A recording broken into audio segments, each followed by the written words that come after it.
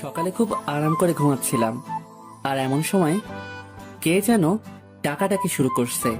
সীমান্ত, এই সীমান্ত, এবার ঘুম থেকে ওঠ বাবা, আর কত ঘুমাবি? উফ মা, এত সকালে কেন ডাকছো? বাড়িতে কি ডাকাত পড়ছে নাকি? এত সকাল মানে কয়টা বাজে খেয়াল কি আছে তোর? কলেজে যাবি না? পরে কিন্তু আমাকে বলতে পারবি না যে আমি তোকে ডাকি নাই। কয়টা বাজে?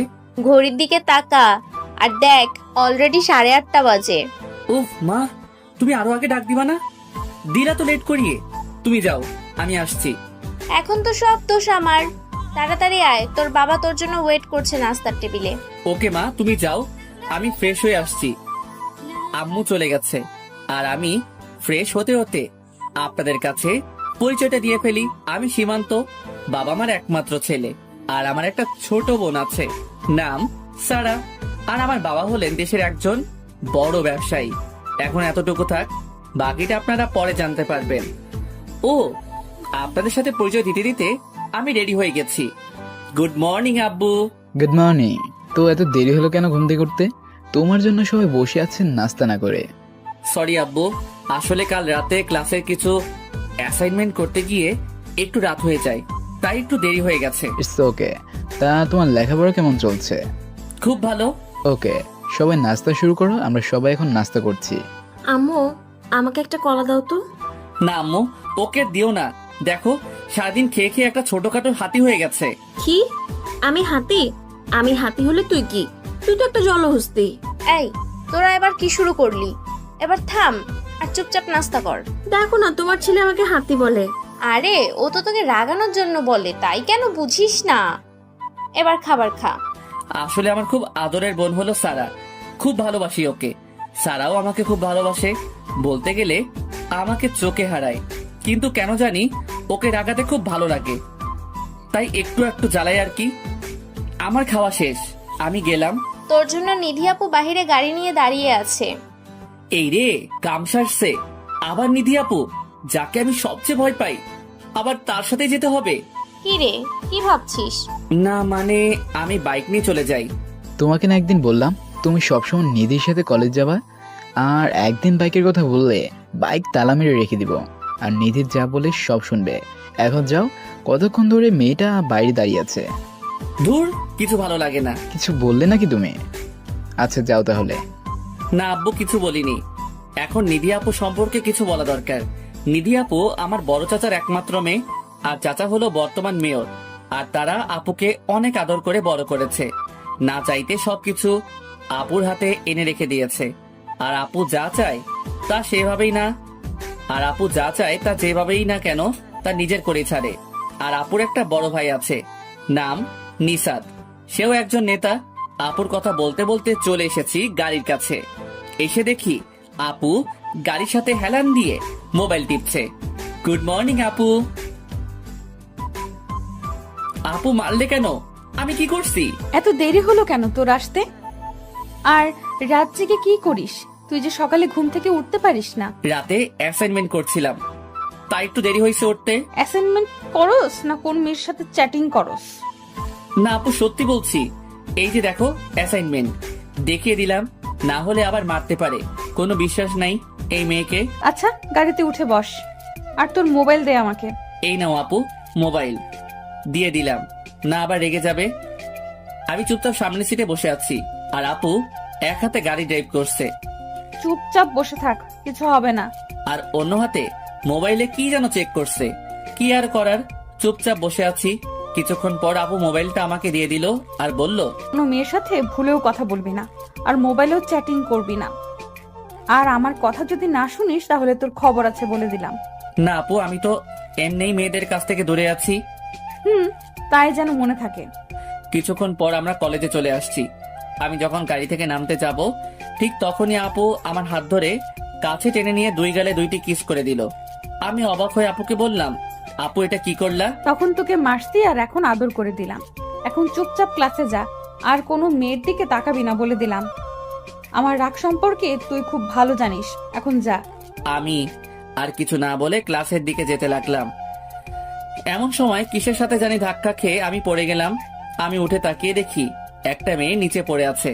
তার মানে মেয়েটার সাথে আমার ধাক্কা লাগছে।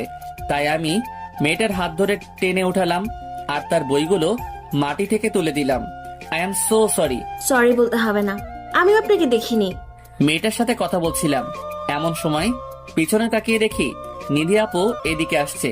চোখ মুখ একদম লাল হয়ে আছে। আর নিধি আপু আমার কাছে এসেই ঠাস ঠাস করে মেয়েটাকে দুটো চড় মারলো আর বলতে লাগলো, তোর সাহস কি করে হয় সীমান্তকে ধাক্কা মেরে ফেলে দেওয়ার? আমি ইচ্ছে করে ওনাকে ধাক্কা মারিনি, বিশ্বাস করুন। তোকে যদি কোনো দিন ওর আশেপাশে দেখি তাহলে তোর কি অবস্থা করব তা তুই কল্পনাও করতে পারবি না। এখন চুপচাপ চলে যা। আপুর এই কথা শুনে মেয়েটার মাথা নিচু করে চলে গেল। আর মেয়েটাকে দেখে মনে হয় নতুন, কারণ আগে কখনো কলেজে দেখিনি। এবার আপু আমাকে বলল, মেয়ে মানুষ দেখলেই তোর কথা বলতে মন চায়, চল আমার সাথে, আজ তোকে মজা দেখাবো। এ কথা বলে আপু আমাকে হাত ধরে টানতে টানতে একটা খালি ক্লাসরুমে নিয়ে গেল আর ভিতর থেকে দরজা লক করে দিল। আর আমাকে বলল, এখন বল ওই মেয়ের সাথে কেন কথা বললি? কথা বলিনি তো, আমি তো জাস্ট সরি বললাম ওনাকে, আর কিছু বলিনি। সরি বলার সময় কি এত হেসে হেসে সরি বলতে হয় নাকি? আর সরি বলতে এত সময় লাগে? তুই কি আমাকে শিখাস? আপু বিশ্বাস করো, আমি শুধু সরি বলছি। শুনে রাখ, তোকে আমি আগেও বলেছি আর এখনো বলছি, তোকে যাতে কোনো মেয়ের সাথে কথা বলতে না দেখি। যদি আবার দেখি তাহলে আমার চেয়ে খারাপ আর কেউ হবে না, বলে দিলাম। এখন তুই ক্লাসে গিয়ে বসে থাক, আর কোনো মেয়ের দিকে তাকাবি না। আর টিফিন টাইমে ক্যান্টিনে আসবি, আমি অপেক্ষা করব। ঠিক আছে বলে ওইখান থেকে চলে আসলাম। আর হ্যাঁ, আপনাদেরকে বলতে ভুলে গেছি, নিধি আপু এবার অনার্স দ্বিতীয় বর্ষে পড়ে ইংরেজি মাধ্যমে। আর আপু দেখতে অসম্ভব সুন্দর। কলেজ আর ভার্সিটির সব ছেলেরা আপুর জন্য পাগল, কিন্তু কেউ কিছু বলতে সাহস পায় না। দুই একজন সাহস করে বলেছিল। তাদের অবস্থা আপু এত খারাপ করেছিল যে এরপর থেকে আর কেউ তার ধারের কাছেও আসে না, যতটুকু সম্ভব দূরে থাকে। আর অন্যান্য কলেজ ভার্সিটিতে নেতামি করে ছেলেরা, আর আমাদের এখানে করে নিধি আপু। আর তাকে কেউ কিছু বলতে পারে না। আমি ক্লাসে আসি আর এক এক করে ক্লাস করতে থাকি। কয়েকটা ক্লাস করার পর টিফিন পিরিয়ড চালু হয় আর আমি চুপচাপ ক্লাসে বসে আছি। আপুর কাছে যেতে ইচ্ছে করে না, গেলেই খালি মারে আর ধমকায়, তাই মন চায় না যেতে। চুপচাপ বসে বই পড়ছিলাম। এমন সময় আমার বেস্ট ফ্রেন্ড আতিক আমার কাছে এসে বলল, সীমান্ত, তুই এখানে বসে আছিস আর ওইদিকে নিধি আপু তোকে খুঁজতেছে। আমাকে বলছে তোকে বলতে তাড়াতাড়ি ক্যান্টিনে যেতে, না হলে তোর খবর আছে। যাইতেছি, তুইও চল আমার সাথে। না ভাই, তুই একাই যা, নিধি আপুকে দেখলেই আমার কলিজায় পানি থাকে না। ওকে তুই থাক, আমি যাই। এই বলে চলে আসলাম ক্যান্টিনে। এসে দেখি নিধি আপু আর তার সাথে তার বান্ধবী রুহি আপু, কবিতা আপু আর বৃষ্টি আপু বসে আছে। আমি কাছে যেতেই আপু বলল, কি রে, তোর আসতে এত দেরি হলো কেন? কখন থেকে বসে আছি? না মানে একটু বই পড়তেছিলাম, তাই মনে ছিল না। আচ্ছা এখন বস, আর কি খাবি অর্ডার কর।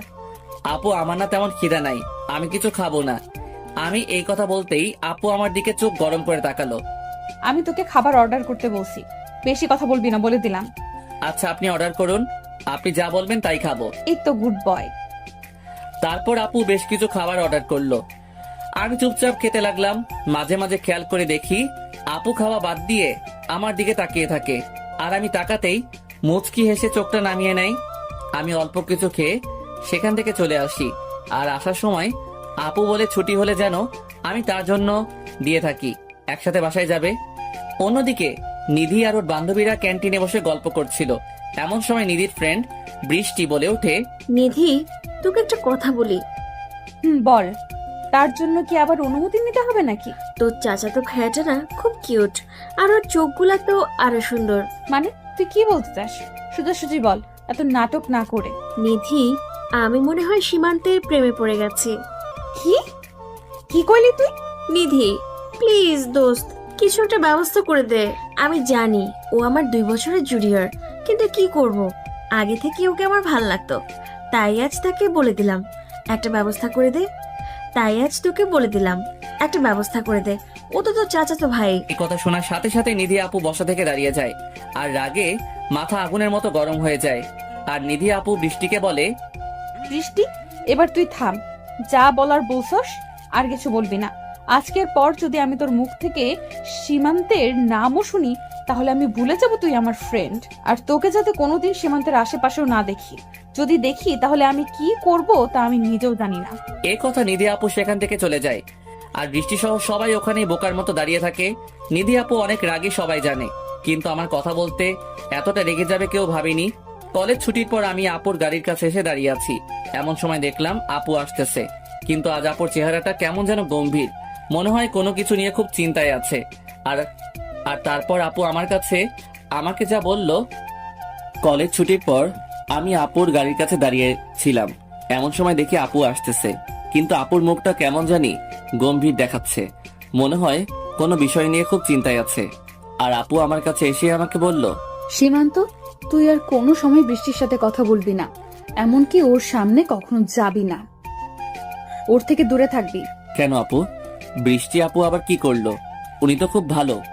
এ কথা বলে মনে হয় খুব বড় ভুল করছি। আপু দেখি রেগে গেছে। ওই কি বললি তুই? বৃষ্টি খুব ভালো আর আমি তোর কাছে জানতে চাইছি নাকি যে কে ভালো আর কে খারাপ? তুই শুধু ওর সাথে মিশবি না। কিন্তু কেন তা বলবে তো? কেন মিশবি না তা তোর জানা লাগবে না, আমি যা বলবো তাই শুনবি। এখন গাড়িতে বস। আমি আর কিছু বললাম না, কারণ আপু একবার যা বলবে তাই শুনতে হবে, না হলে আবার হিতে বিপরীত হতে পারে। আপু দেখছি গাড়ি চালাচ্ছ আর কি যেন আপু দেখি গাড়ি চালাচ্ছে আর কি যেন ভাবছে। আমি ভয়ে কিছু জানতে চাইনি। আর কিছুক্ষণ পরই আমরা বাসায় চলে আসি। যখন আমি গাড়ি থেকে নামছি তখন আপু বলল, শোন, এখন বাসে গিয়ে রেস্ট নিবি, আর কোথাও যাবি না। আর রাতে আমি কল দিলে রিসিভ করবি, না ধরলে বাসায় এসে তোর ক্লাস আমি নিব। আপু ঠিক আছে, আমি কল ধরবো। ওকে, ভেতরে যা। আমি চলে আসলাম। আর আমি যতক্ষণ না ভিতরে যাই ততক্ষণ পর্যন্ত আপু বাহিরে গাড়ি নিয়ে দাঁড়িয়ে থাকে। আমি ভিতরে গেলে পরে চলে যাই। আমি বুঝি না আপু আমার প্রতি কেন এত নজরদারি করে। বাসায় আসার পর ফ্রেশ হয়ে আসলাম, আম্মু খাবার দিল, আমি খেয়ে রুমে চলে আসলাম। আর এইভাবে দিন পেরিয়ে রাত হয়ে গেল। রাতে কিছুক্ষণ পরার পর আম্মু খাবার খেতে ডাকে। নিচে গিয়ে দেখি সবাই বসে আছে টেবিলে। আমি গিয়ে সবার সাথে খাওয়া শুরু করলাম। তখন আব্বু বলল, সীমান্ত, আজ ক্লাস ঠিক মতো করছস? কোনো সমস্যা হয়েছে? না আব্বু, কোনো সমস্যা হয়নি। ওকে, ভালো। কোনো সমস্যা হলে আমাকে সাথে সাথে জানাবে। ঠিক আছে আব্বু। এইভাবে সবার সাথে টুকটাক কথা বলে খাবার খেয়ে রুমে চলে আসলাম। এসে মোবাইলের দিকে তাকিয়ে আমার চোখ চরক গাছে উঠছে, কারণ আপু আমাকে 10 বার কল দিছিল। তাই আমি সাথে সাথে আপুকে কল ব্যাক করি। আর কল রিসিভ করেই ধমক দিয়ে আপু বলল, ওই কোথায় ছিলে এতক্ষণ? আমি তোকে কয়বার কল দিছি, শুনতে পাস নাই? আপু আমি তো খাবার খাইতেছিলাম আর ফোনটা রুমে ছিল, তাই কল ধরতে পারি নাই। তো মোবাইলটা সাথে নেওয়া যায় না? জানিস কত চিন্তা করতেছিলাম। আরে এতে চিন্তার কি আছে আপু? আর তুমি আমাকে নিয়ে তো চিন্তা করো কেন আপু? কেন চিন্তা করি তুই বুঝিস না? কে বললে বুঝি না? আমি সব বুঝি। সত্যিই তুই বুঝিস না? বলতো কেন তোকে নিয়ে এত চিন্তা করি? কারণ আমি তোমার ছোট ভাই, তাই তুমি এত টেনশন করো আমাকে নিয়ে। কুত্তা, তুই ঘোড়ার ডিম বুঝোস। আর শোন, কালকে আমি ভার্সিটি যাব না, আর তুই কিন্তু বৃষ্টির সাথে কথা বলবি না। যদি বলিস তাহলে কিন্তু খারাপ কিছু হবে, বলে দিলাম। আচ্ছা ঠিক আছে, বলবো না। এভাবে কিছুক্ষণ আপুর সাথে কথা বলে ফোনটা রেখে দিলাম আর কিছুক্ষণ পড়াশোনা করে ঘুমিয়ে পড়লাম। সকালে আমার ছোট বোন সারা আমাকে ঘুম থেকে ডেকে দিল। তারপর আমি ফ্রেশ হয়ে নাস্তা করে বাইক নিয়ে চলে গেলাম কলেজে। আপু না গেলে আমি বাইক নিয়ে কলেজে যাই, আর আপু গেলে আপুর সাথে গাড়িতে যেতে হয়। কলেজে গিয়ে 2টি ক্লাস করে আমি আর আতিক মাঠের এক কোণে বসেছিলাম। এমন সময় কোথা থেকে যেন বৃষ্টি আপু আমার কাছে আসলো। তার সাথে আর 2জন মেয়ে ছিল। বৃষ্টি আপু আমাকে বলল, সীমান্ত, এখানে কি করো? কিছু করি না আপু, বসে আছি। কিছু বলবেন? হুম, তোমার সাথে আমার কিছু কথা আছে, একটু চলো তো আমার সাথে। আপু একা আসবো? হুম, একা আসলেই ভালো হয়। ঠিক আছে চলেন। আপুর সাথে আসলাম, কারণ আমি যদি এখন না করি তাহলে আপু কষ্ট পাবে। কারণ আপুর সাথে আরো 2জন মেয়ে ছিল। বৃষ্টি আপু আমাকে নিয়ে আমাদের কলেজের পাশে বাগানের কাছে নিয়ে গেল আর আমাকে বলল, সীমান্ত, তোমাকে আমি কিছু বলতে চাই। বলেন, কি বলবেন? তোমার নিধি আপু তোমাকে কিছু বলে নাই? না, আমাকে কিছু বলে নাই আপু। আসলে আমি তোমাকে এখন যা বলবো জানি না তুমি কি মনে করবে, তবু বলতে হবে, না হলে আমি আর থাকতে পারবো না। বলেন, আমি কিছু মনে করব না। আমার এই কথা বলার পর বৃষ্টি আপু যা বলল তা শোনার জন্য আমি মোটেও প্রস্তুত ছিলাম না। বৃষ্টি বলল, আমি তোমাকে ভালোবাসি। I love you Simanta, I love you so much. আর এই কথা বলার সাথে সাথে আপু আমাকে জড়িয়ে ধরে। আমি তো কিছুক্ষণের জন্য বোকা হয়ে গেলাম, কারণ আমি কখনো ভাবতেও পারিনি যে বৃষ্টি আপু আমাকে এগুলা বলবে। তখন আমি আপুকে বললাম, আপু আপনি এগুলো কি বলছেন? আপনার মাথা ঠিক আছে? আপুর কাছ থেকে নিজেকে ছাড়িয়ে নিয়ে বললাম কথাটা। হ্যাঁ, আমার মাথা একদম ঠিক আছে। আর আমি যা বলছি একদম ঠান্ডা মাথায় ভেবে চিন্তে বলছি। আমি তোমাকে মন থেকে ভালোবাসি সীমান্ত, প্লিজ আমায় ফিরিয়ে দিও না। এই কথা বলে আমাকে আবার জড়িয়ে ধরে বৃষ্টি আপু। এবার আমি আবার তার কাছ থেকে নিজেকে ছাড়িয়ে নিলাম আর বৃষ্টি আপুকে বললাম, প্লিজ আপু বোঝার চেষ্টা করেন, এটা কখনো হয় না।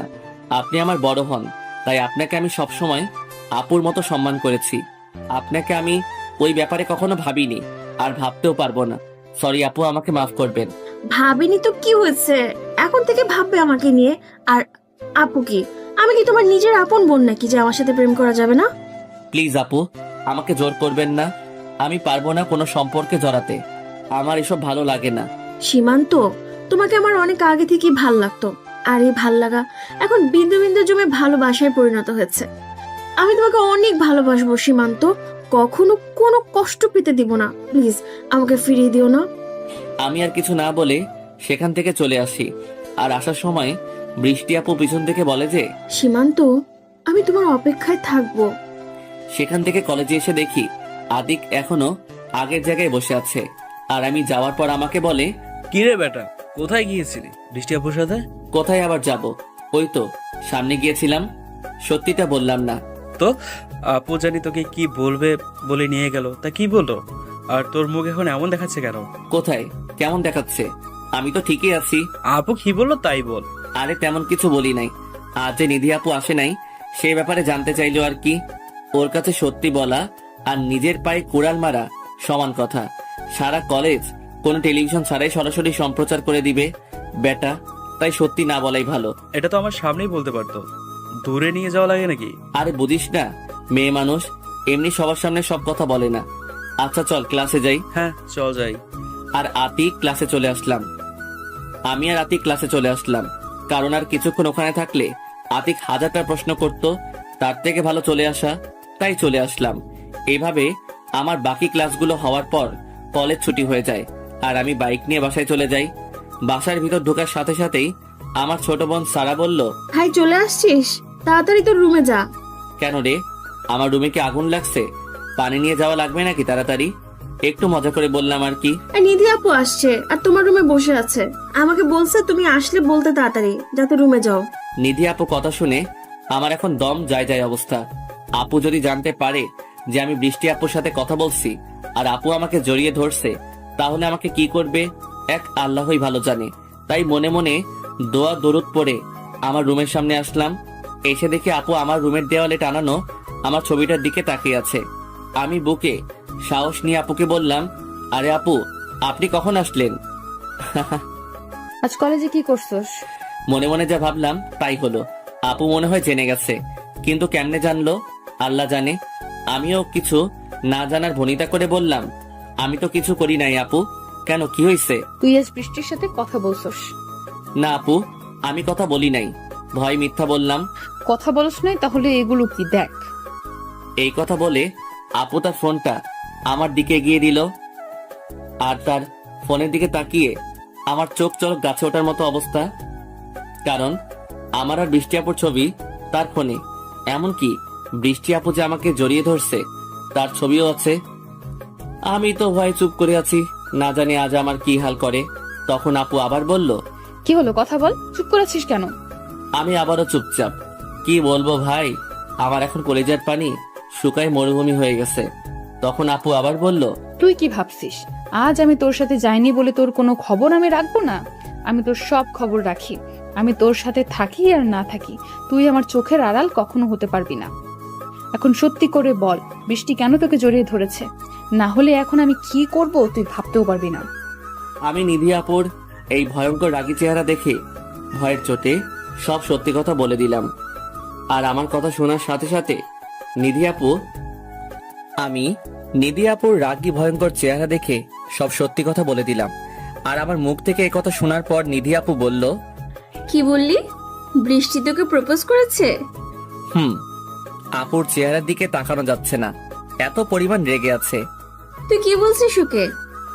আমি না করে দিছি আর বলছি আমি কোনো সম্পর্কে জড়াতে চাই না। আচ্ছা তুই থাক, আমি যাই, আমার একটা কাজ আছে। আর কোনো মেয়ে যদি কল দেয় ধরবি না বলে দিলাম। এ কথা বলে নিধি চলে গেল। কিন্তু একটা বিষয় খেয়াল করলাম, আপু তো খুব রেগে আছে, কিন্তু আমাকেও তেমন কিছু বলে নাই। আল্লাহ জানে এখন কি করে।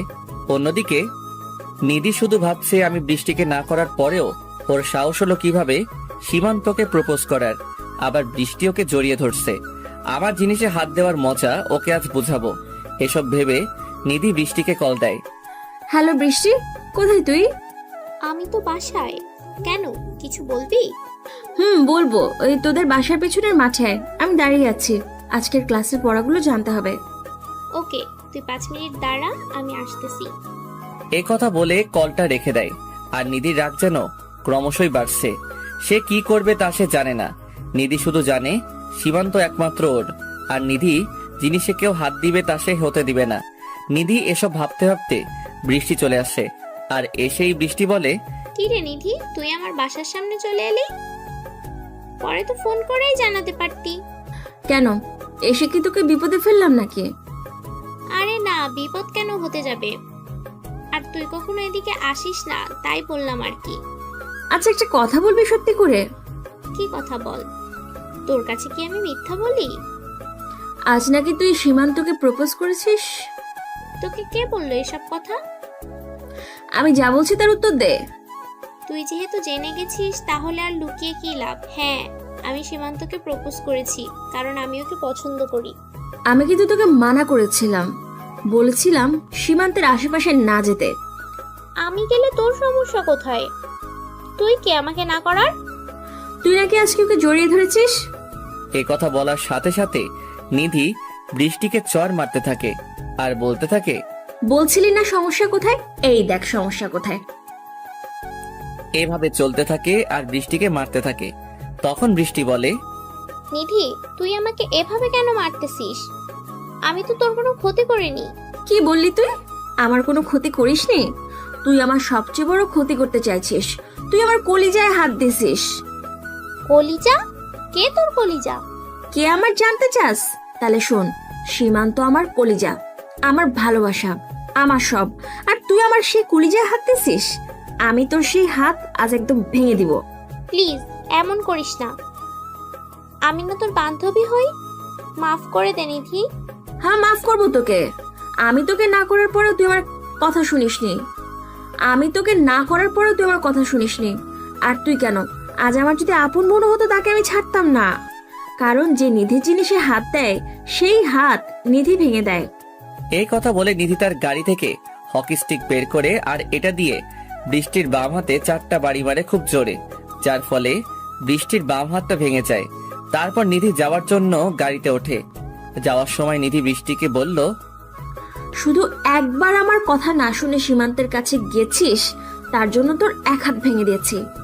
আর ভুলেও যদি সীমান্তের কাছে যাওয়ার চেষ্টা করিস তাহলে তোর কি অবস্থা করব তা আমি নিজেও জানি না।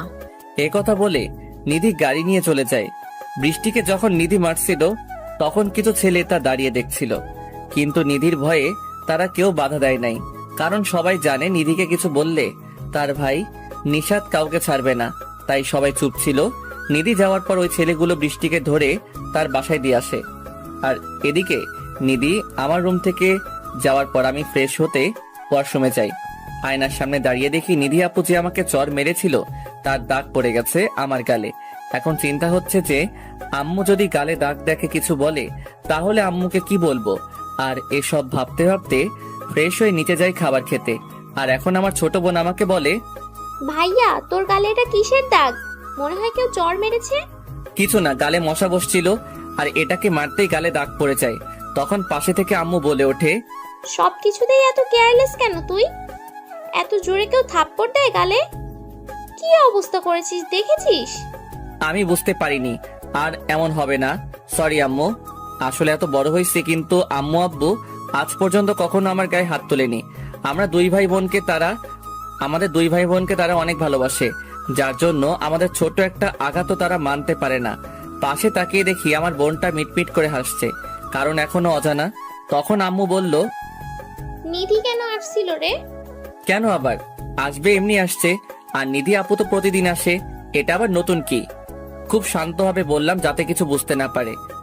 আসলে ঠিক তা নয়, মেয়েটা যখন আসলো দেখলাম চেহারাটা কেমন গম্ভীর ছিল, তাই তোকে বললাম তুই কিছু করেছিস নাকি। অন্য সময় মেয়েটাকে কত হাসি খুশি থাকে। না মা, আমি কিছু করি নাই, হয়তো এমনি মন খারাপ ছিল। কথা ঘোরাতে পারলে বাঁচি আমি। যাই বলিস, মেয়েটা খুব ভালো, তোর অনেক খেয়াল রাখে। তোর জন্য এমন একটা মেয়ে বউ করে আনবো। আমি আর কিছু না বলে চুপচাপ খেয়ে রুমে চলে আসলাম, কারণ ওখানে কথা বললেই আম্মু আরো নানান কথা জুড়ে দিবে। এরপর বিকালে কিছু সময় বাহিরে গিয়ে বন্ধুর সাথে আড্ডা দিয়ে সন্ধ্যায় বাসায় এসে যেই পড়তে বসলাম, তখন নিধি আপু কল দেয়। কি রে, কি করিস? এই তো আপু, পড়তে বসলাম মাত্র। এখন বই নিয়ে আমাদের বাসায় আয়, আমার সাথে পড়বি। না আপু, আজ না, কাল আসবো। গেলেই আপু নানা রকম অত্যাচার, তাই যেতে মন চায় না। কি বললি? তুই আসবি না? তাহলে কিন্তু আমি এখন চাচিকে কল দিব। না না, আমি আসছি, কাউকে কল দেওয়া লাগবে না। এই মেয়েকে মোটেও বিশ্বাস নাই, কল দিয়ে আবার কি বলবে আম্মুকে। তাই আমি আমার কিছু বই নিয়ে আপুদের বাসায় চলে আসলাম। আসার সময় আম্মু জানতে চাইছিল কোথায় যাই। নিধি আপুর কথা বলার পর আর কিছু বলে নাই। আপু বাসায় এসেই চাচির সাথে দেখা, তখন চাচি বলে, কি রে সীমান্ত, তুই তো আমাদের বাসায় এমন সময় আসিস না, খুব বড় হয়ে গেছিস। না চাচি, আসি তো। আসলে সারাদিন কলেজ করে বেশি সময় পাই না, তাই আর কি কম আসি। আপু কোথায়? এখন থেকে প্রতিদিন আসবি। নিধি ওর রুমে আছে, যা ওপরে। আমি উপরে চলে আসলাম। এসে দেখি আপু তার মোবাইলে কি যেন দেখছে আর মুচকি মুচকি হাসছে। আপুই এই মুচকি হাসিটা অনেক সুন্দর, যা বলে বোঝাতে পারবো না। আর তার সাথে ঠোঁটের নিচের তিলটা যেন সেই হাসির মহিমা আরো 1000 গুণ বাড়িয়ে দেয়।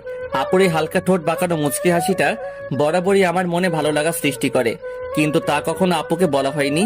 আর এমন সময় আপু দেখে ফেলে যে আমি দাঁড়িয়ে আছি দরজার সামনে। আপু সাথে সাথে তার ফোনটা রেখে দিয়ে আমাকে বলে, কি রে, কখন আসলি? আয় ভেতরে আয়। এইমাত্র আসলাম। এই বলে আমি গিয়ে একটা চেয়ার টেনে পড়ার টেবিলে বসলাম। আর তখন আপুও তার চেয়ারটা আমারটার সাথে লাগিয়ে বসলো। তখন আপু বলল, কি খাবি বল? কিছু খাবো না এখন, কিছুক্ষণ পরে চলে যাব। আমি জানি নিজেও পড়বে না, আমাকে পড়তে দিবে, শুধু এটা ওইটা বলবে। আর কিছু তো তোকে খেতেই হবে। আজ তোর জন্য আমি নিজের হাতে সিঙ্গারা বানিয়েছি।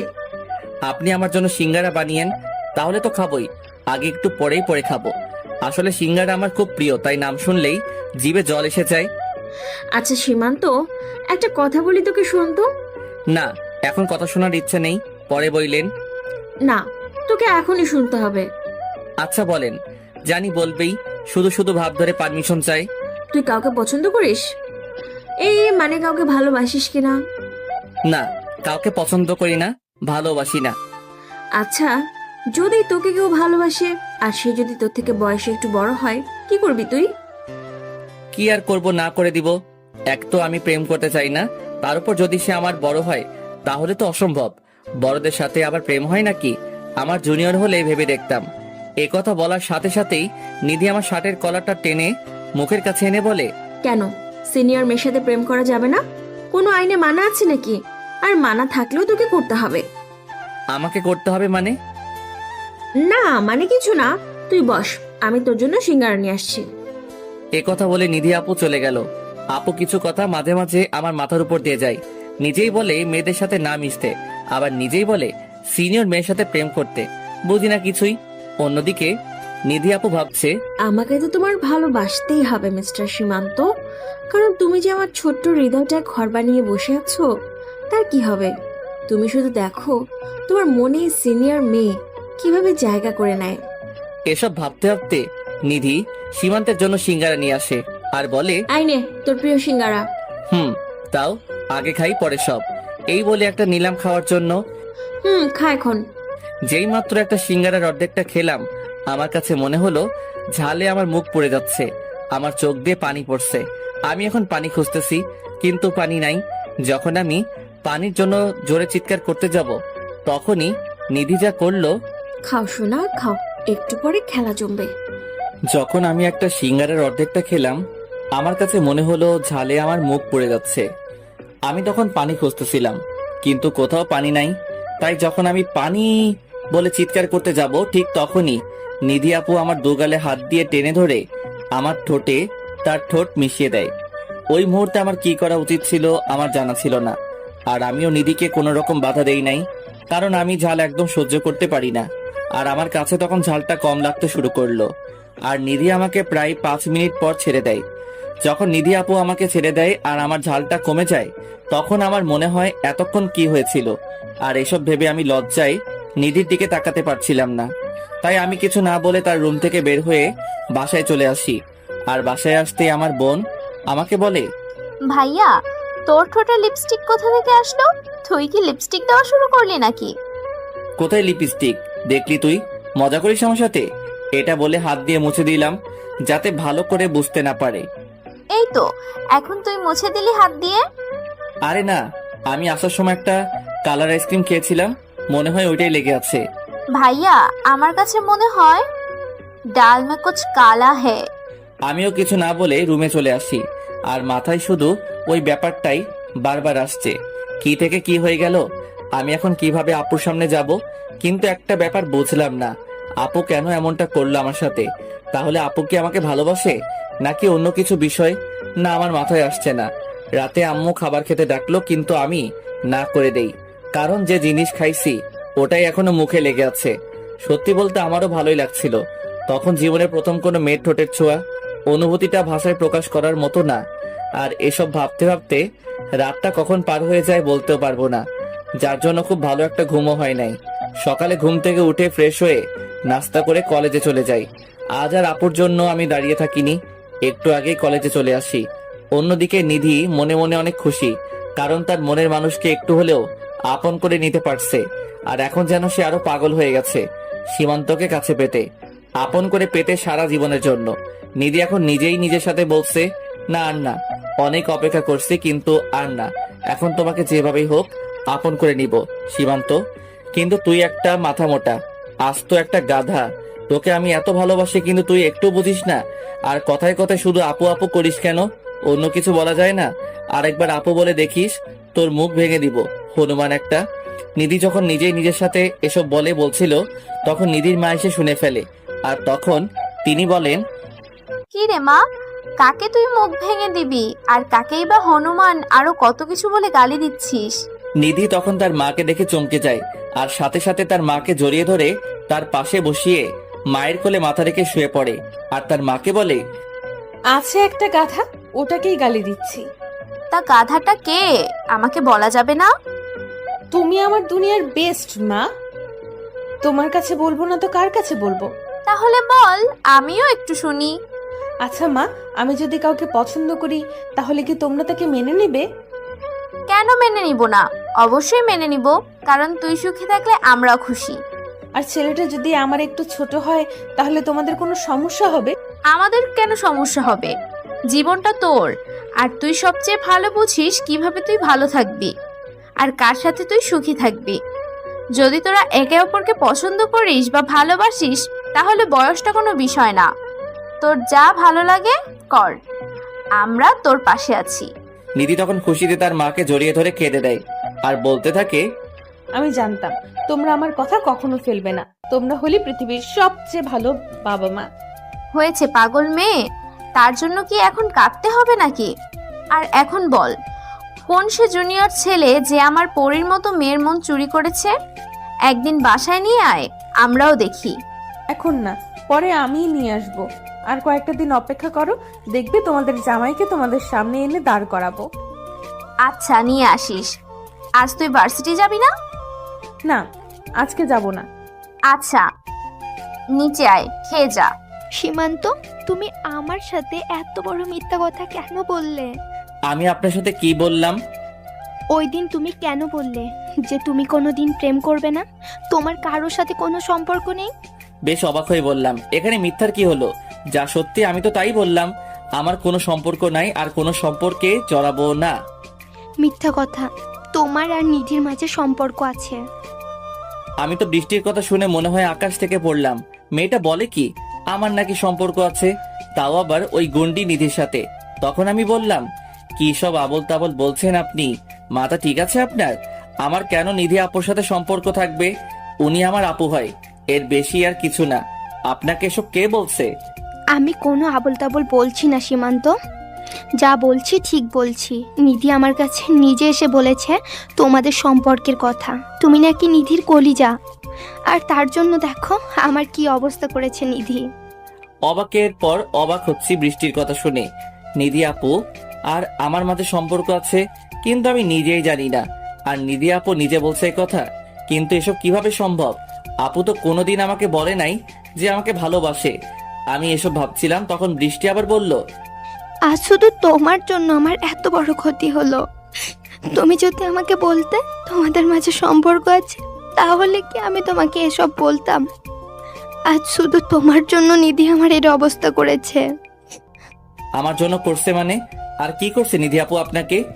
তুমি দেখতে পাচ্ছ না কি করেছে? ওই দিন যে আমি তোমাকে প্রপোজ করেছিলাম আর জড়িয়ে ধরেছিলাম, এটা নিধি জেনে যায়, আর সে আমাকে বাসা থেকে বের করে মাঠে নিয়ে সবার সামনে আমাকে মারে, এমনকি আমার হাত পাও ভেঙে দেয়। কি, নিধি আপু আপনাকে এভাবে মারছে? হ্যাঁ, নিধি আমাকে এভাবে মেরেছে।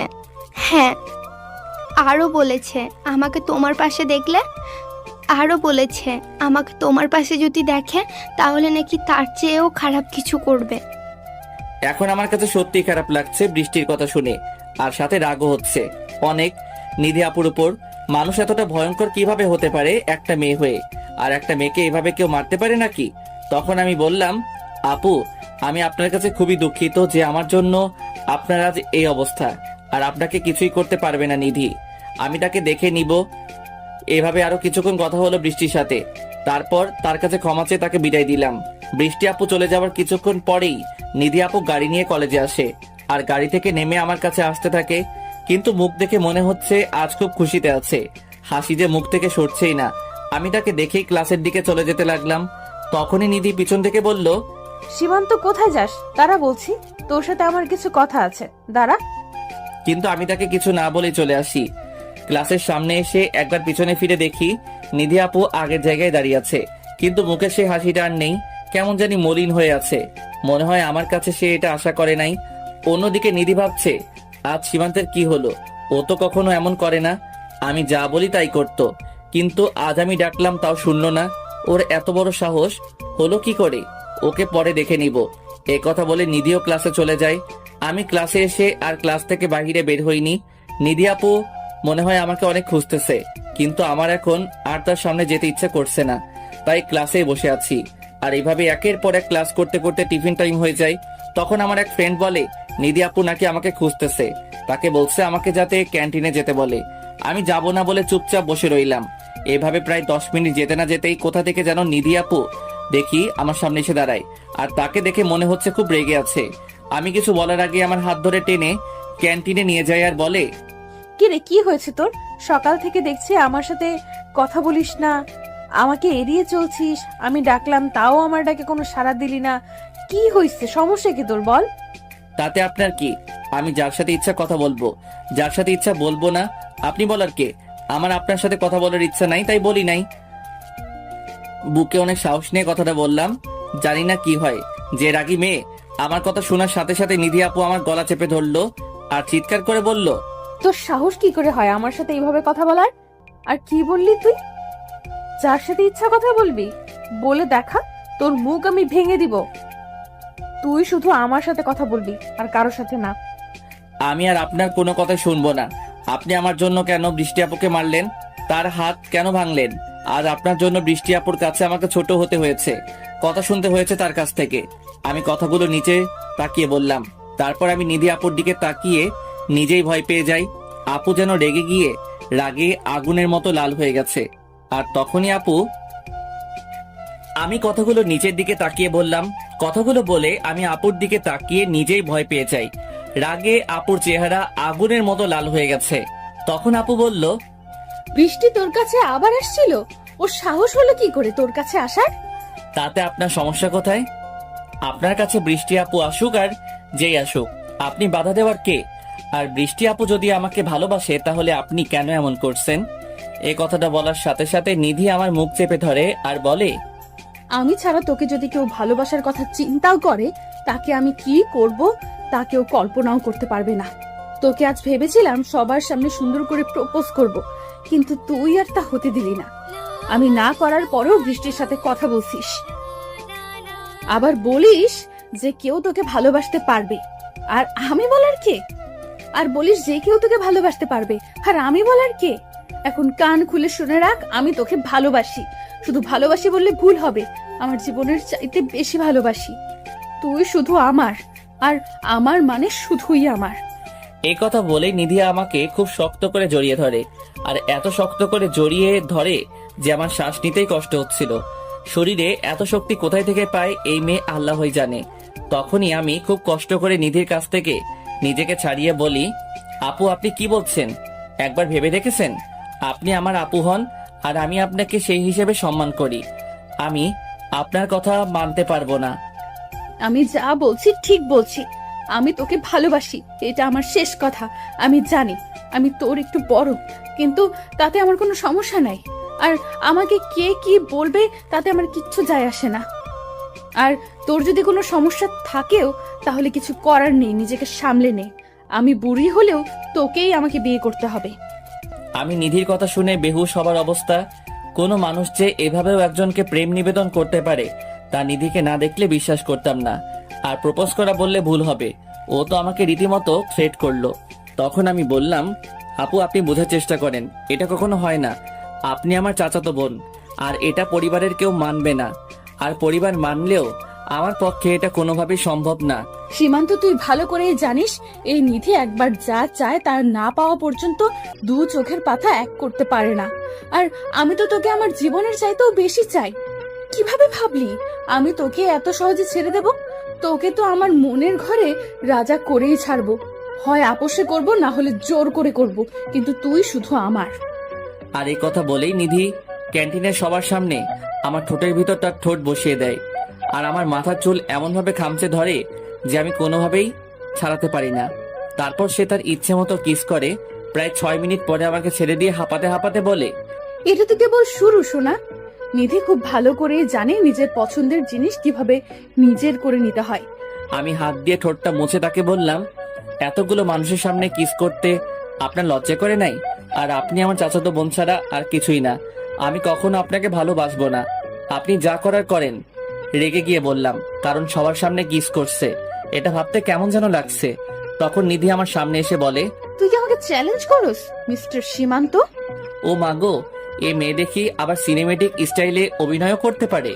তখন আমি বললাম, হ্যাঁ আমি আপনাকে চ্যালেঞ্জ করছি।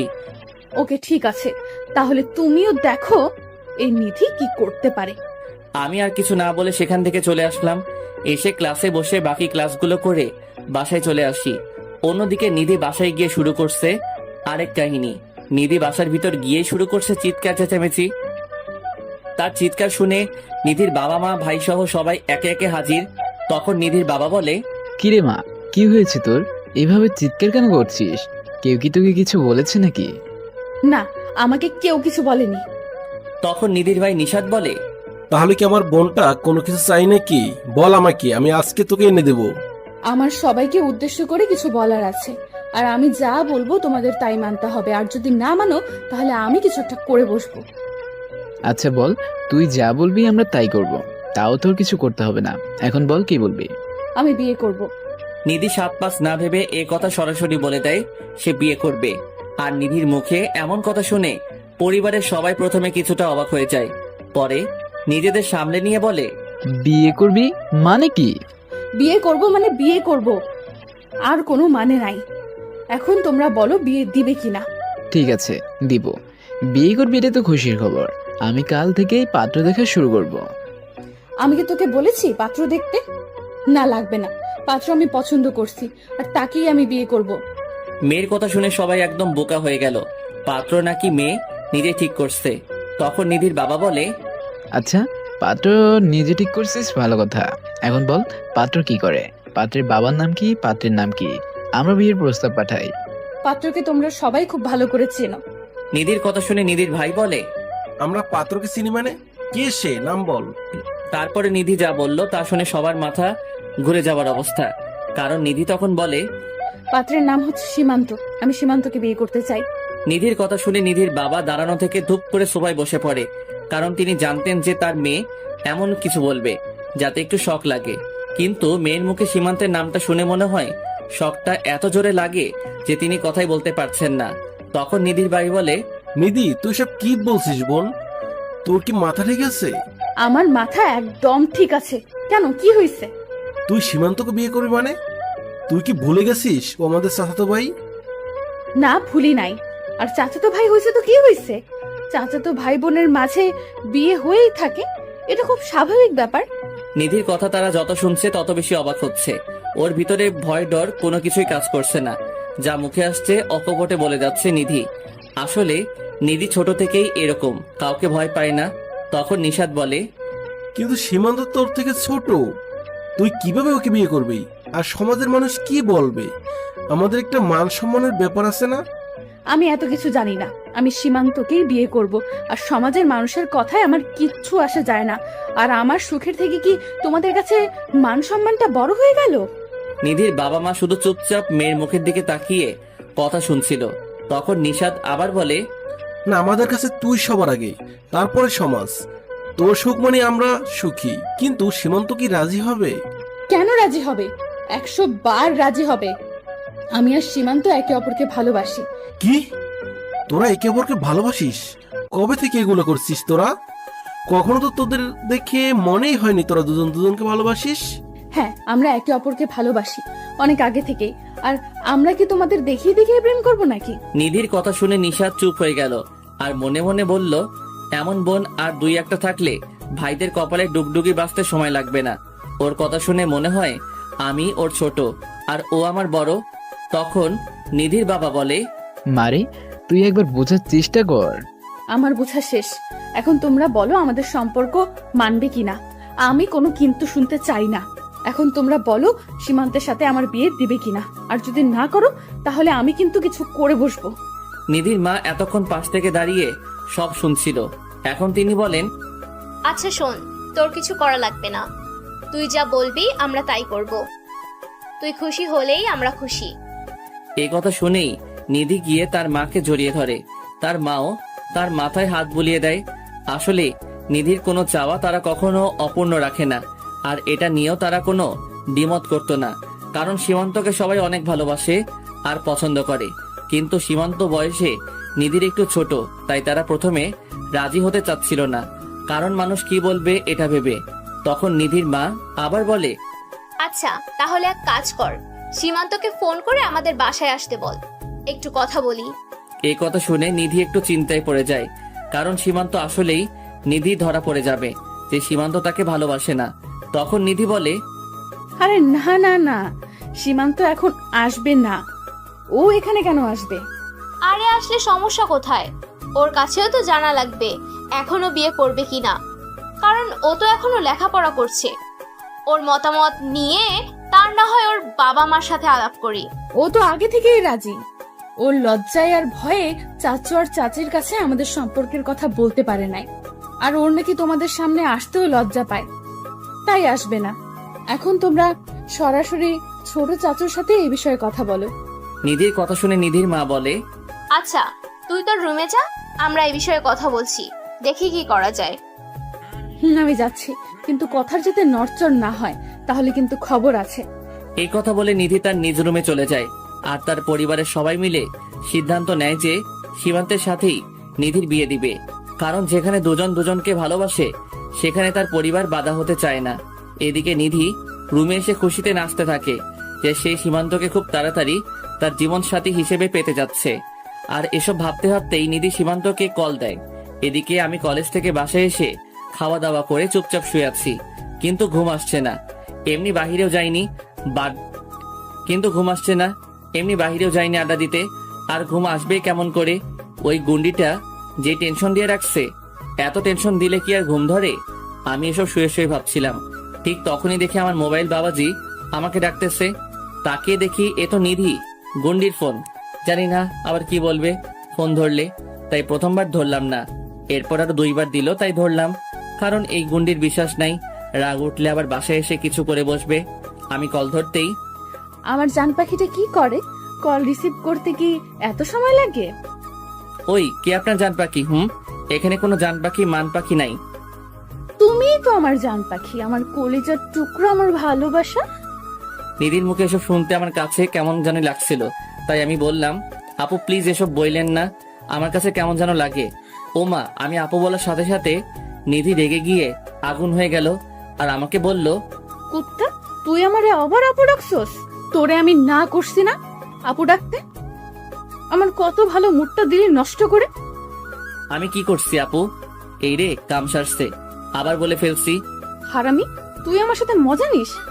এখন যদি তোরে কাছে পাইতাম তাহলে বুঝতি কি করতাম তোকে। কিন্তু ব্যাপার না, কালকে কলেজে যাবি না, তখন তোকে দেখবো। কিন্তু ব্যাপার না, কালকে কলেজে যাবি না, তখন তোকে দেখবো কোন ঠোঁট দিয়ে আমাকে আপু ডাকিস। এটা বলে ঠাস করে কলটা কেটে দিল। আমাকে আর কিছু বলার সুযোগই দিল না। আমার আর কি করার, চুপচাপ শুয়ে আছি, ভাবছি কালকে কি হবে। পরের দিন আমি কলেজে গেলাম।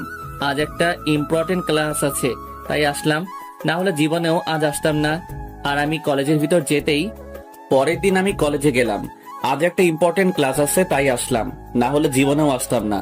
আমি কলেজের ভিতর যেতেই দেখি ওমা, নিধি আপু দেখি আমার আগে কলেজে চলে আসছে।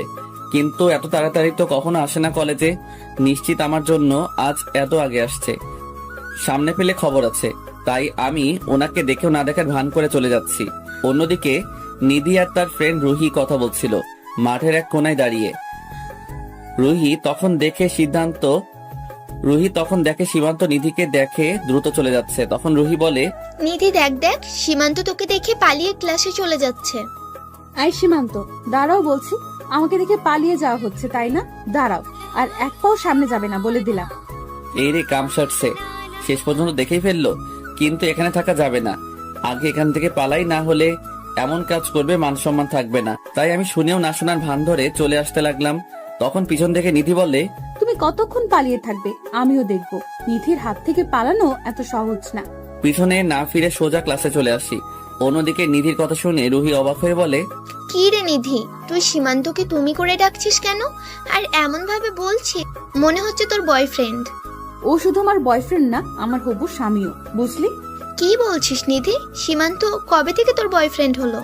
ও তো তোকে আপু বলে ডাকে, আর আমি যতটুকু জানি বৃষ্টি ওকে পছন্দ করে। শুন, সীমান্ত শুধু আমার আর কারো না, আর আমি সীমান্তকে কারো হতে দিব না। কিন্তু সীমান্ত কি তোকে মেনে নিবে? ও তো উল্টে তোকে দেখে পালাচ্ছে। রুহির হাসি দেখে নিধি রেগে যায়, আর রুহি ধমক দিয়ে বলে, ওই তোর হাসি থামা, না হলে তোর এখন খবর করে ছেড়ে দেব। আর কি বললি? সীমান্ত আমাকে দেখে পালায়? আমিও দেখব ও কত পালাতে পারে। ওর সাথে যদি বিয়ের আগে প্রেম করতে না পারি, তাহলে ওকে বিয়ে করে তারপর প্রেম করব। খুব তাড়াতাড়ি আমার আর সীমান্তের বিয়ে খেতে পারবি। এ কথা বলে নিধির আগে ফুঁসতে থাকে, কারণ নিধিকে নিয়ে কেউ হাসলে তার একদম সহ্য হয় না। আর নিধির কথা শুনে রুহি চুপ হয়ে যায়, কারণ রুহি জানে নিধি একবার যা বলে তা করেই ছাড়ে। তখন রুহি বলে, সরি দোস্ত, আসলে আমি তো জানতাম না যে তুই সীমান্তকে এত ভালোবাসিস। আর দেখলি না সীমান্ত কিভাবে আমাদের দেখে পালালো, তাই আমার হাসি চলে আসে। আচ্ছা চল আমার সাথে। কোথায় যাব? কোথায় আবার? আমার জান পাখিটার কাছে। ওকে একটু মজা দেখাবো। এদিকে আমি ক্লাসে এসে বসে আছি আর বন্ধুর সাথে গল্প করছি, কারণ বাহিরে যাওয়া যাবে না, বাহিরে আমার জম ঘুরতেছে, গেলেই বিপদ। তার চাইতে এখানে বসে থাকা অনেক ভালো। আমি বন্ধুদের সাথে কথা বলছিলাম, এমন সময় দেখি রুহি আপু আসছে আমার কাছে, আর এসেই আমাকে বলল, সীমান্ত তাড়াতাড়ি আমার সাথে আসো। কেন আপু, কি হয়েছে? নিধি মাথা ঘুরে পড়ে গেছে, আমরা ওকে উপরের খালি ক্লাসরুমে শুয়ে রাখছি, তুমি আসো আমার সাথে। আমি এই কথা শোনার সাথে সাথে আপুকে বললাম, কখন হলো এমন, চলেন তাড়াতাড়ি। চলো। কথা বলে আমি আর রুহি আপু যেতে লাগলাম। রুহি আপু আমার আগে আর আমি তার পিছনে। তারপর আপু আমাকে নিয়ে দোতলায় একটা রুমে নিয়ে গেল আর বলল, তুমি ভিতরে যাও, আমি গিয়ে স্যারকে ডেকে আনি। আচ্ছা তাড়াতাড়ি যান। আমি রুমের ভিতরে গিয়ে দেখি নিধি একটা টেবিলের উপর শুয়ে আছে, আর আমি আপুর কাছে যেতেই কে যেন বাহির থেকে দরজা বন্ধ করে দিল। আমি দরজার কাছে গিয়ে দরজা ধাক্কা দিলাম খোলার জন্য, কিন্তু এত বাহির থেকে বন্ধ। তখন পিছনে তাকিয়ে দেখি নিধি আমার দিকে তাকিয়ে হাসছে আর আমাকে বলে, কি মিস্টার সীমান্ত, দরজা খুলে না? আপু আপনি না অসুস্থ? অসুস্থ ছিলাম, কিন্তু ডাক্তার এসে দেখে গেছে এখন সুস্থ। কে ডাক্তার? আর কোথায় ডাক্তার? এই তো আমার সামনে দাঁড়িয়ে তুমি। আর তুমি তো আমার ডাক্তার, ভালোবাসার ডাক্তার। আপু এগুলো কি বলছেন আপনি? আর দরজা খুলতে বলুন, আমি ক্লাসে যাব, আমার ক্লাস আছে। ক্লাসে তো যাবই, তুমি আগে আমার ক্লাসটা করে নাও, তারপর তোমার যেখানে খুশি যাও।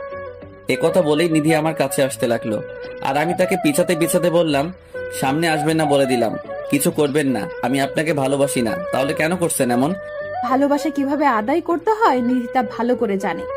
আর কালকে যেন কি বলেছিলাম মনে নাই, যে আজকে তোমাকে দেখে নিব, আর সকালেও আমার কথা তুমি শোনো নাই, এর শাস্তি তোমাকে পেতেই হবে। কথা বলেই নিধি আমার একেবারে কাছে চলে আসে। এত কাছে আসায় নিধির প্রতিটা নিঃশ্বাস আমার মুখে পড়ছিল, যা আমার কাছে কেমন লাগতেছিল। তখন আমি নিধিকে বললাম, প্লিজ কিছু করবেন না, মানুষ দেখলে খারাপ ভাববে, যেতে দিন আমায়। না হলে ও আর কিছু বলতে দিল না, তার আগে আমার মুখটা বন্ধ করে দিল তার মিষ্টি ঠোঁট দিয়ে। প্রথমে আমি তাকে বাধা দেওয়ার চেষ্টা করলেও পরে আমার কি হলো নিজেও জানি না।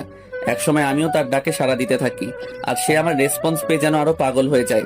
আমরা এভাবে আরো কতক্ষণ ছিলাম জানি না, কিন্তু নিধি যখন আমায় ছাড়লো তখন আমার দম যায় যায় অবস্থা। আমি শ্বাস নিতে নিতে নিধির দিকে তাকিয়ে দেখি তার চোখে মুখে যেন এক তৃপ্তির হাসি ফুটে আছে। তখন আমি তাকে বললাম, এবার দরজাটা খুলতে বলুন, আমি ক্লাসে যাব। নিধি তখন রুহিকে বলল, রুহি, দরজা খুলে দে, আমার কাজ শেষ। কথা বলতেই দেখি দরজা খুলে গেল, আর তখন দিলাম এক দৌড়। আমার দৌড় দেখে নিধি হাসতে হাসতে বলে, আজ বাড়িতে যাও, তোমার জন্য বড় একটা সারপ্রাইজ অপেক্ষা করছে। আর কিছু না, ক্লাসে চলে আসি। তারপর আর আমি বাহিরে বের হই নাই। এভাবে বাকি ক্লাসগুলো করে ছুটি হলে বাড়ি চলে আসি। কিন্তু আমার জন্য যে বাড়িতে এত বড় একটা সারপ্রাইজ অপেক্ষা করতেছিল তা কল্পনাও করতে পারি নাই। কারণ আমি আসতেই আমার ছোট বোন, ভাইয়া হা কর, আমি তোকে মিষ্টি খাইয়ে দেই। আমি মিষ্টিটা খেয়ে ওকে বললাম, কি এ বাড়িতে কোনো খুশির খবর আছে নাকি যে মিষ্টি খাওয়ানো হচ্ছে? আছে, কিন্তু আমি তোমাকে বলতে পারবো না, নিষেধ আছে, আম্মু বলবে তোমাকে। কেন, তোর কি বিয়ে ঠিক হয়েছে নাকি যে তোর বলতে লজ্জা লাগে যে আম্মু এসে বলবে? আমার না, তোর বিয়ে ঠিক হয়েছে। আচ্ছা, এত ভালো খবর, তাহলে তুই যা, গিয়ে রেডি হতে থাক। আমার বিয়েতে যাবি না? আমি জানি যে আমার বোন আমার সাথে প্রায় সময় দুষ্টুমি করে, এটা ওইটা বলে বেড়ায়, তাই আমি ওর কথাটার কোনো মূল্য না দিয়ে আমার রুমে চলে আসলাম। তারপর ফ্রেশ হয়ে নিচে গিয়ে আম্মুকে বললাম, আম্মু খুব ক্ষুধা লাগছে, তাড়াতাড়ি খেতে দাও। টেবিলে বসে বললাম। একটু অপেক্ষা করো, আমি খাবার দিচ্ছি। তারপর আম্মু আমাকে খাবার দিল, আমি খাবার খাচ্ছি। আর একটা বিষয় খেয়াল করলাম, আম্মুকে আজ একটু অন্যরকম লাগছে। কিন্তু সকালে যখন কলেজে যাই ওই সময় তো সবকিছু ঠিক ছিল, তাহলে এখন কি হলো? তাই আমি আম্মুকে বললাম, আম্মু বাসায় কি কিছু হয়েছে? কেন, বাসাকে কিছু হওয়ার কথা ছিল নাকি? না মানে বাসায় আসতেই সারা আমাকে মিষ্টি খাওয়ালো।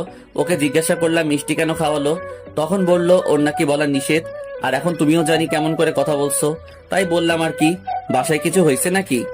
বাসায় কি হয়েছে তা তোমার আব্বু আসলে বলবে। এখন খাবার খেয়ে তোমার রুমে যাও। আমি আর কিছুই বললাম না। সবার ব্যবহার জানি কেমন লাগছে, কেউ এসে মুখে মিষ্টি গুঁজে দিচ্ছে, আবার কেউ এমন ভাবে কথা বলছে যে পেট থেকে মিষ্টি বেরিয়ে আসার উপক্রম। তাই আমি আর কিছু না বলে চুপচাপ খেয়ে রুমে চলে আসি। একটু একটু টেনশন হচ্ছে যে বাসায় কি হলো, এটা ভেবে আবার নিজেকে এতটুকু সান্ত্বনা দিচ্ছি যে আমি তো কিছু করি নাই, তাহলে আর আমার কি হবে। এভাবে সারাটা দিন চলে গেল। এর ভিতর অবশ্য নিধি 3বার কল দিছিল, কিন্তু আমি রিসিভ করি নাই। রাতে আমার রুমে শুয়ে শুয়ে মোবাইল টিপছিলাম, এমন সময় আমার বোন সারা এসে বলল, ভাইয়া তোমাকে আব্বু ডাকছে, তার রুমে যেতে। আচ্ছা তুই যা, আমি আসছি। কথা বলেই সারা চলে গেল, আর আমি আব্বুর রুমে যাচ্ছি আর ভাবছি যে আব্বু কি জানি বলে। তখন আবার আম্মু বলল আব্বু নাকি কি বলবে, আর এসব ভাবতে ভাবতে আব্বুর রুমে চলে আসি। আব্বু আমাকে ডাকছেন। বলেন। আমি শুনছি। বলেন। আব্বুর কথা শুনে আমি ঠাস করে মনে হয় আকাশ থেকে পড়লাম। আব্বু কিসের আর কার সম্পর্কের কথা বলছে? তখন আমি বললাম, আপনি কার আর কিসের সম্পর্কের কথা বলছেন? এখন আমার অবস্থা যায় যায়। আব্বু বলে কি আমার সম্পর্ক, তাও আবার আস্থা গুন্ডি আর রংবাজ নিধির সাথে? ইম্পসিবল। তখন আমি বললাম, আব্বু সব মিথ্যা কথা, আপনাকে মনে হয় কেউ মিথ্যা বলছে আমার নামে। নিধি আপুর সাথে আমার কোনো রকম সম্পর্ক নাই, একদমই বলে দিলাম। পাশ থেকে আম্মু বলে ওঠে, অন্য মানুষ কেন বলতে যাবে? নিধি নিজে বলেছে তোর আর নিধির সম্পর্কের কথা, তোদের 2 বছরের রিলেশন, আর তোরা একে অপরকে নাকি অনেক ভালোবাসিস। আম্মু তোমরা বিশ্বাস করো, সব মিথ্যা কথা। হয়েছে, এখন আর মিথ্যা বলতে হবে না, আমরা সব জানি। তোরা একে অপরকে ভালোবাসিস, বিয়ে করতে চাস, এটাই তো ভালো কথা। তুই নাকি আমাদের কাছে বলতে লজ্জা পাস, তাই বলছিস না বিয়ের কথা। তাই নিধি ওর বাবা মা আর আমাদের কাছে সব বলেছে। চুপ করে বসে আছি, মাথার উপর দিয়ে এমন ভাবে কথাগুলো যাচ্ছে যে আমি যে কোনো সময় অজ্ঞান হতে পারি। আমার চুপ থাকা দেখে আম্মু আবার বলতে শুরু করলো, আমরা কি তোকে কখনো কোনো কিছুতে না করেছি নাকি? কোনো কিছুতে বাধা দিছি? সব সময় তোর সিদ্ধান্তকে সাপোর্ট করেছি। তাহলে আজ তুই কিভাবে বললি যে তোর লাইফের এত বড় একটা সিদ্ধান্ত আমরা বাধা দিব? কিন্তু তুই আমাদের কাছ থেকে এত বড় একটা বিষয় লুকিয়ে রাখলি। নিধি যদি না বলতো তাহলে তো আমরা জানতেই পারতাম না। তাই তোর প্রতি একটু অভিমান করেছিলাম। এইটুকু বলে আম্মু চুপ হলে তখন আব্বু বলে, আজ তোমার বড় চাচু আর বড় চাচি আসছিল বিয়ের প্রস্তাব নিয়ে। আমি তাদের কাছে এসব শুনছি। এখন আমাদের কারো এ বিয়ের অমত নেই, কারণ আমরা আগেই চেয়েছিলাম তোমার আর নিধির বিয়ে দিতে, কিন্তু তোমার চেয়ে নিধি একটু বড়, তাই তোমাকে বলতে চাইনি। কিন্তু এখন যেহেতু তোমরাই একজন আরেকজনকে পছন্দ করো, তখন তো ভালোই হলো, আমাদের মনের আশা পূরণ হবে। এখন তুমি বলো কবে বিয়ের তারিখ ঠিক করব?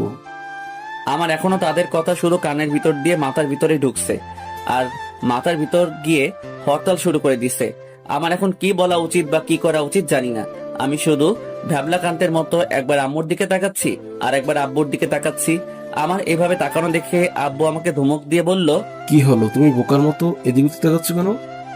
বলো কবে বিয়ে করতে চাও, নাকি আমরাই আগামী মাসে বিয়ে ডেট ঠিক করে ফেলবো? না, আমার মনে হয় এদের কথা শুনে আর নিজেকে ঠিক রাখতে পারলাম না। আমি শুধু বিয়ের ডেট তারিখ হরতাল হরতাল হরতাল সেন্সলেস হয়ে পড়ে গেলাম। আমি কি বললাম আমি নিজেও জানি না, কারণ এত সুন্দর মিথ্যা কথা শুনে কয়জনই বা পারে নিজেকে ঠিক রাখতে। শুধু এতটুকু করলাম, তাতেই অজ্ঞান? বাকিটা তো এখনো বাকিই আছে।